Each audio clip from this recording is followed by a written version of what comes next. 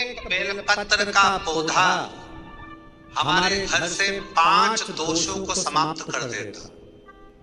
जरा ध्यान देना शिव पुराण की ओर।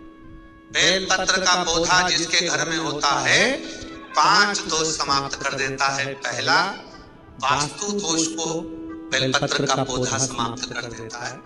दूसरा, पितृ दोष को, वास्तु दोष पितृ दोष को बेलपत्र का पौधा समाप्त कर देता है।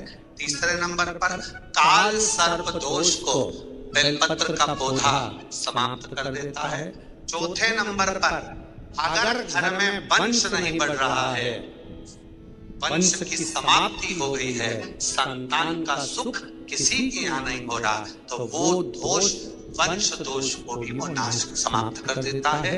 और पांचवें नंबर पर यदि घर में कोई बहुत बड़ी बीमारी प्रवेश करने वाली है, बहुत बड़ी बीमारी आने वाली है, तो बेलपत्र का पौधा वो बीमारी को अपने ऊपर झेल कर तुम्हें उस बीमारी से मुक्त कर देता है।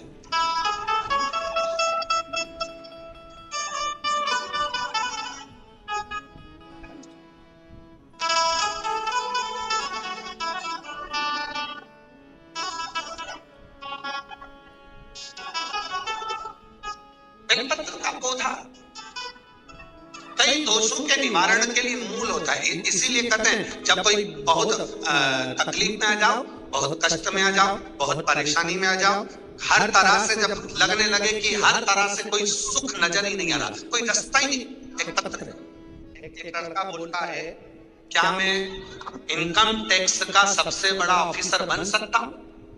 एक लड़का कहता है, क्या मैं इनकम टैक्स का सबसे बड़ा ऑफिसर बन सकता हूँ? और माँ कहती है कि तू एक काम कर। सियोर वाला बाबा कहता है, बेलपत्र की लकड़ी का चंदन बना, शिव जी पे लेपन कर और विद्या अध्ययन कर, अच्छा पढ़, अपनी मेहनत को 4 गुना कर। सियोर वाला बाबा कहता है, जब अपनी मेहनत 4 गुनी होती है तो उसका फल जरूर मिलता है।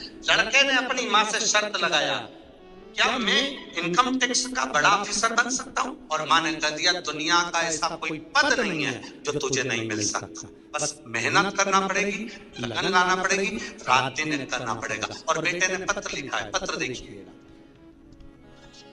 मैं कविता मिश्रा, पति सुधीर मिश्रा, पुत्र राहुल मिश्रा, पुत्री सपना मिश्रा, अमृत